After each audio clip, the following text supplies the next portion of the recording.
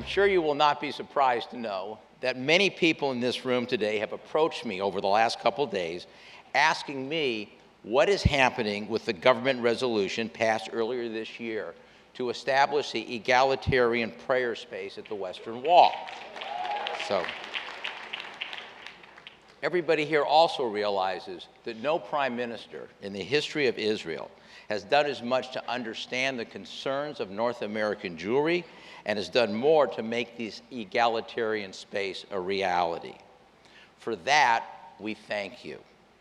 But could you please give us an update with respect to the implementation, and what do you recommend that we do and that we not do to help this process?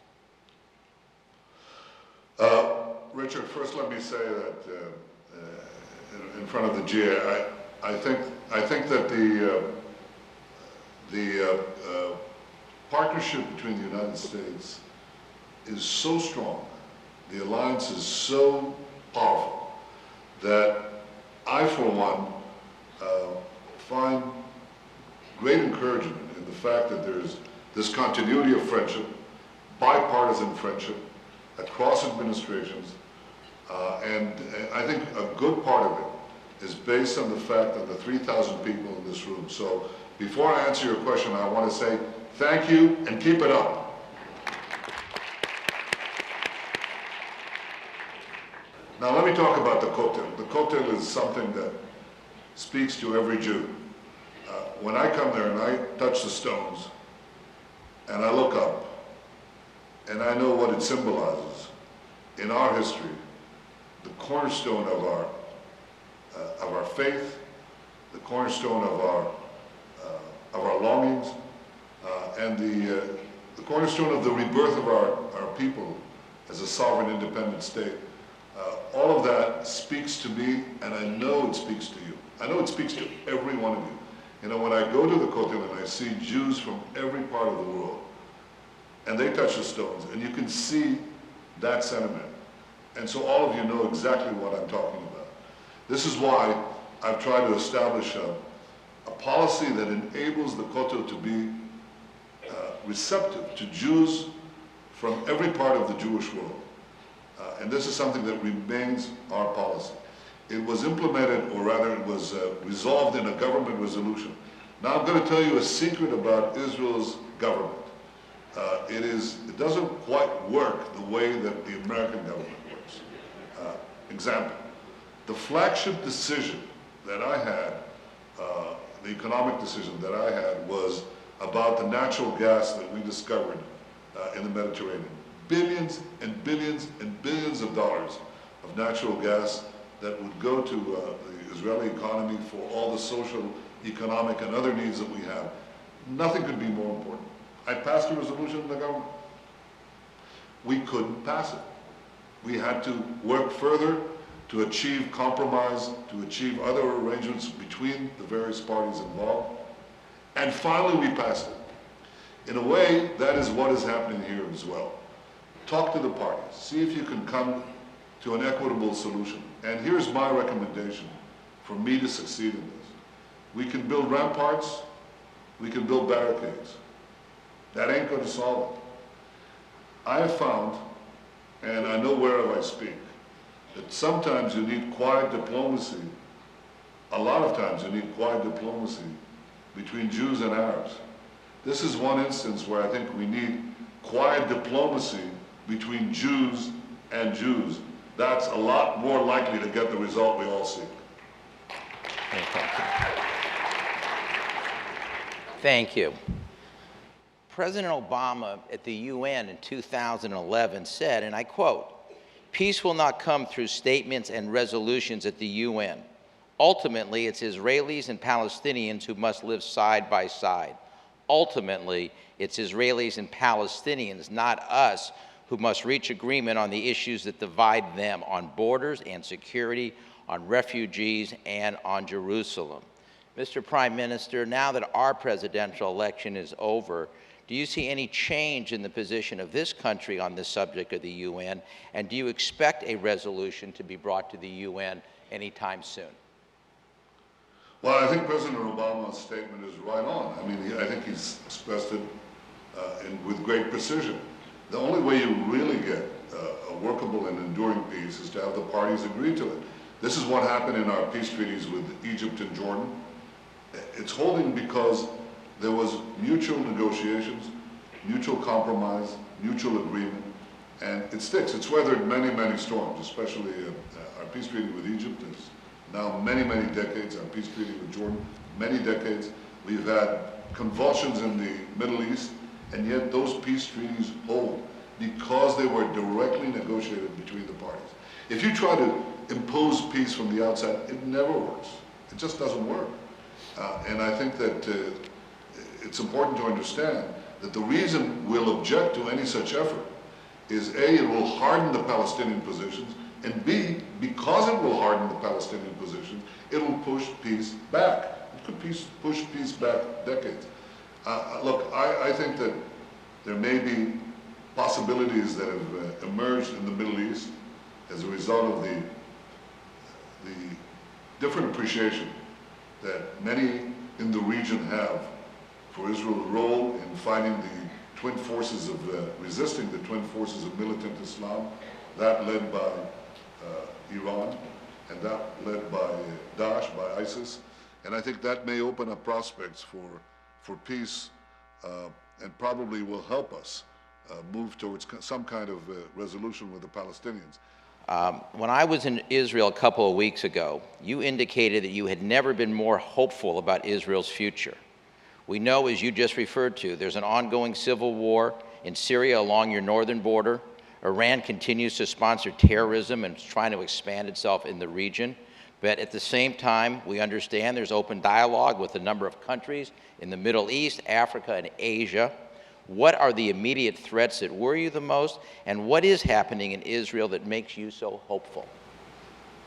First of all, I'm coming here from a meeting with a senior minister from the government of Vietnam.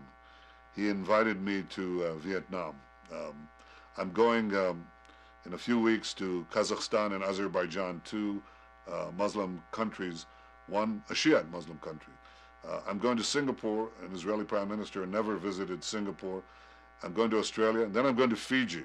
Fiji, why am I going to Fiji? Because 15 countries, 15 islands that have, each one has a vote in the UN, are coming to that meeting. We've just had the visit of Mr. Medvedev, Prime Minister of Russia. A week before, we had a meeting of the NDRC, that's the top economic board body of China. They're eager to negotiate agreements. President Rivlin is now in India, and Prime Minister Modi said that he's coming to Israel later in 1917. I was in Africa. I met 7 African leaders, and I'm going to West Africa soon to meet many more. And I met them in the UN. They were absolutely startled and enthused by the exhibit of Israeli technology at the UN, which changes their lives. It changes their capacity to have water, energy, agriculture, health, everything. Same thing with Latin America. So there is a vast change that is happening, and it's happening because of the dual appreciation of Israel's role as a strong and powerful factor in fighting terrorism worldwide, because of our superb intelligence services and other capabilities that we have. And parties want, every country is now threatened by this, so they want Israel as a partner. Secondly, they all want technology. They want technology for all the reasons that I mentioned before, and that is bringing all these countries to Israel as never before. So I said this in my UN speech, and I'm going to say it again and again. Hold on to your, seatbelts. Buckle your seatbelts. I'm telling you that it will be no more than a decade, and possibly a lot sooner, that the automatic majorities against Israel in the UN will collapse, and Israel may actually find a fair hearing there. Now, it's not going to happen tomorrow, but it'll happen, and sooner rather than later. So that's one reason I'm very hopeful. The second reason I'm hopeful is because of the change in the attitudes of many in our region towards Israel, for the reasons that I mentioned before. And the third reason I'm very hopeful is because of the great change that is happening inside Israel. The Israeli economy and the Israeli society is seizing the future. We've just put in the largest package of assistance to the Arab sector in the history of Israel, 13 billion shekels. The previous largest package was something that I had passed 3 years ago, 1 billion shekels. So we've just made an enormous jump from what was an enormous jump. And I did it in order to further education and infrastructure and transportation and education, everything in the Arab sector, because I want our Arab citizens to be part of the great success story of Israeli society. I went to open the school year in an Arab school in an Arab village in the Galilee. It's the first time an Israeli prime minister did that, because I wanted to send that message. There was a little girl there, and I said to her, this is your country too. I want you to be, I think she wants to be a doctor. Well, believe me, she'll join many Arab citizens of Israel who are doctors, pharmacists, and many will be engineers, are engineers. That is the Israel that I want to see. We're actually, I told her to study Hebrew. You know why? Because we're going to make a pilot program now for fifth graders in Hebrew-speaking schools to study Arabic. I'm hopeful as never before that we can do this. Israel is poised in a way that very few countries are to seize the 21st century. I was in Kiryat Gat yesterday. I saw an Intel plant. I mean, you have to see it to believe it. There's a plant there that is 6 football fields. It's the size of 6 football fields. It's automated. People walk around with these white uniforms. It's like a Woody Allen film, you know? And it's amazing. I met there 300 young engineers, young women, young men, amazingly talented. And Intel has decided to build this plant, which may be the largest of its kind in the world, certainly, if not the largest, one of the largest, in Israel, because they said this is where we have the brain power. This is where we can make the conceptual products that shape the future. The future is changing. The future is already here. And the future says that those who can innovate seize the future. Israel is the innovation nation. I wanted to include all of our citizens, and I wanted to include our neighbors.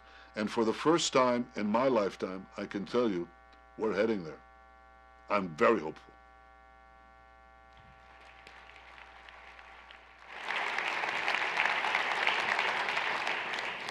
Mr. Prime Minister, thank you for leaving us with such a hopeful message and also educating us with what is really going on in Israel.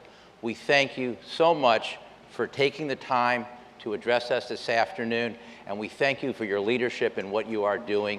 Take care of yourself, and again, I hope to talk to you very soon.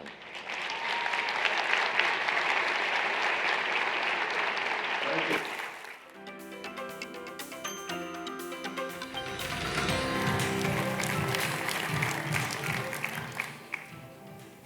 If I may, before I begin, ask you for a personal moment, because tomorrow is Miriam and Naomi's birthday, our girls. Miriam and Naomi, happy birthday.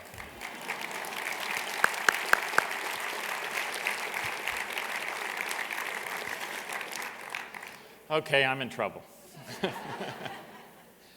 So GA16, how has it been? How has it been? I want to thank David and Cindy Shapira for their leadership in making this GA a success. Thank you, David and Cindy. I also want to thank the GA team who has worked tirelessly on your behalf, listening to your feedback and always trying to raise the bar of this gathering each and every year. Thank you to the team. This has truly been a journey. Federations, breakouts, Hillel students, Shlichim, Masa Israel participants, roundtables, Rabbi Sachs, around the world videos, RBG, and Richard Sandler's beautiful and inspirational message. and along with Natan Sharansky, surrounded by his 150 shlichim. You know, last night also, I was so inspired by the reception hopping that took place here. Beginning with the LGBTQ reception that was so filled to capacity, and really ending with our Young Leadership Award winners and cabinet reception, which was next door to the Wexner Foundation reception. The energy last night was just incredible. And today, I really want to focus on our federations. I want to discuss 3 topics. First, our federation movement. Second, our global responsibility. And third, leveraging the strength of our voice. Our federation movement, a movement that is over 100 years old and has time and time again come together, as you've heard, and changed history. From building the state of Israel, to responding to Israel's emergencies, to supporting Operation Exodus and Solomon, to building our local communities and advocating on behalf of our mission. It's really a magnificent history and legacy on which to build. Now, many federations are coming close or are in their second 100 years. Change is taking place across all of our federation communities, and more is coming. A major emphasis is being placed on engaging the next generation. There is very creative and groundbreaking work being done. From the acquisition of families into Jewish life, to new and creative leadership development programs, to widening the communal tent and warmly welcoming diverse groups who haven't necessarily felt welcomed in the past. This is happening. This is real, and it is happening in communities of all sizes. Post the General Assembly, we are convening a program called Fed Engaged. 120 people from 40 communities are gathering to discuss and share Jewish education and engagement practices, leveraging our community's strength. Sometimes we get criticized as a movement for being too establishment and for not moving with the times. And I say to all of those who make such generalizations, do your homework first. Dig into what's happening in Palm Beach, in Boca, in Pittsburgh, in Sarasota, in Los Angeles, and Portland, in DC, Dallas, Greensboro, Richmond, Philly, New York, Baltimore, and Chicago, and across the country. You won't see our father's old Oldsmobile if you look under the hood. You will see energy, you will see vibrancy, and you will see hope. You will see local innovations, and you will see broad federation support for national initiatives like PJ Library, One Table, Present Tense, Birthright, Onward, and Moish House. Do we have to continue to push the envelope as a movement and at JFNA? Yes, we do. But at the same time, we always have to keep in mind our timeless mission of chesed, chinuch, and klal Yisrael.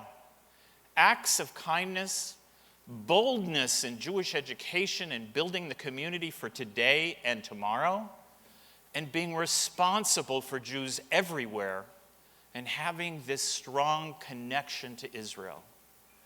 These are not just our watchwords, they are our timeless purpose. And as we move forward, it is vital that we move forward together as a movement. As a federation movement, we take on the most serious challenges of the day, whether it's local or global, like fighting delegitimization of Israel and creating the Israel Action Network, securing our communities by significantly increasing our investment in SCAN, and developing a partnership with the U.S. administration and creating the National Holocaust Initiative with our communities, which supports our survivors living in dignity. Our federations touch more lives, more Jewish lives than any other organization on the planet, and we will continue to do so. We will do it through the strength of our local communities and the power of coming together as a movement of federations. Our global responsibility. I want to take a brief moment, we've seen so much here, to thank our global agencies for their amazing efforts. Thank you so much.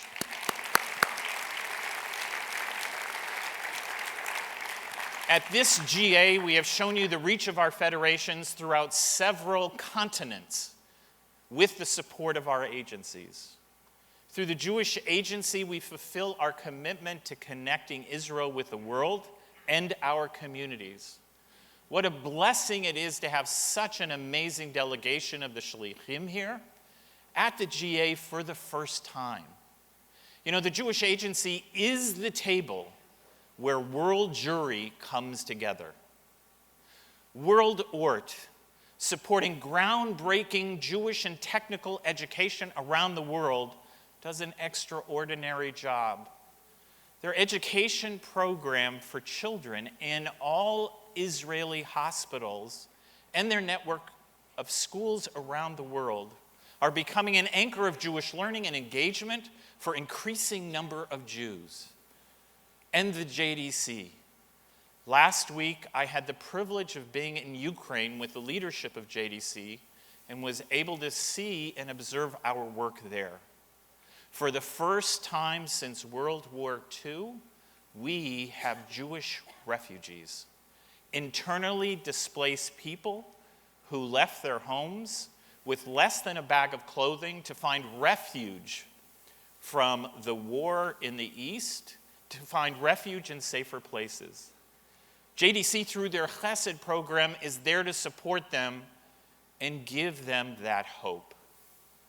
There are still 5,000 Jews, 5,000 Jewish people in the conflict zone being cared for by our Chesed programs.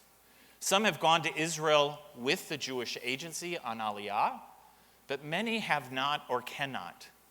Kol Yisrael arevim zeh bazeh. Jews are responsible for each other no matter where in the world we are situated. This is our global mission, and it is being executed every day on our behalf, and sometimes with our professionals working under the most dangerous of circumstances. We all have global responsibilities, not just when the world events occur, but each and every day. This is our mission as federations. This is our unique value proposition, and we can never move away from this responsibility. These are our values as a Jewish people. And our voice. It is essential that we recognize and understand a key aspect of our responsibility to speak as a community. Federations represent the entirety of the community, and this means we have to be very thoughtful when using our voice. We do not all have to agree on every point, but we have to respect our differences. But we do have to speak and act with unity and determination when it comes to our shared values and mission.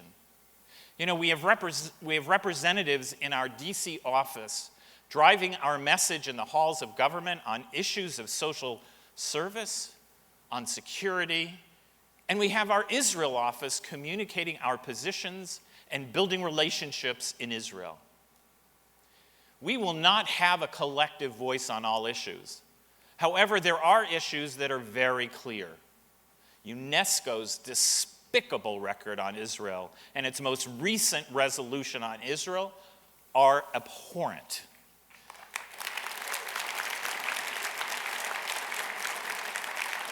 The insidious reach of BDS and our shared efforts to combat it through IAN and many other organizations. The need for constant vigilance for the safety of the Jewish community and its institutions through SCAN, our Jewish Homeland Security. And we will speak out on promoting pluralism in Israel. IREP, the Israel Religious Expression Platform, a coalition of many federations, enables Israeli Amutot to work together in a grassroots effort to promote civil marriage in Israel. We have had a particularly strong voice also with respect to the Kotel. Almost 4 years ago, the Prime Minister asked Natan Sharansky to take the lead in solving the Kotel issue and to make possible one wall for one Jewish people. With hard work and many compromises by the reform and conservative streams and women of the wall, a deal was struck in January of this year. This plan was negotiated and agreed to by all, including the Rav HaKotel, on behalf of the Orthodox movement in Israel. The government of Israel approved this by a vote of 15-5. Since then, the traditional Orthodox Street of Israel and the chief rabbinate have pushed to reverse it. At last year's GA, the PM declared his commitment to this goal and received accolades for driving and supporting the resolution.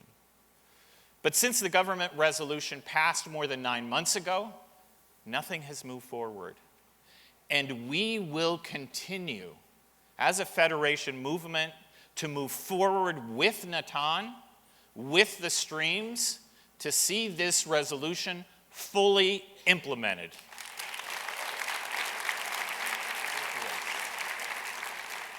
You know, I'm beginning my 8th year of service. I am more proud than ever to say that we are Jewish Federations of North America. Thank you.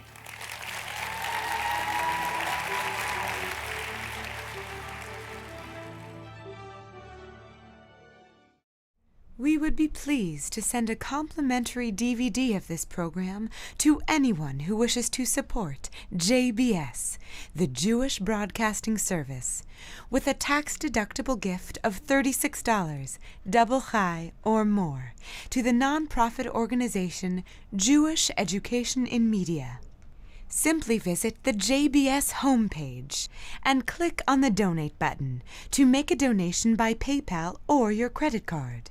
And please indicate the program for which you would like a DVD. Or you can send your tax-deductible check made out to GEM, Post Office Box 180, Riverdale Station, Bronx, New York 10471. And again, please remember to indicate which program you would like to receive with our compliments. And we thank you for your kind support.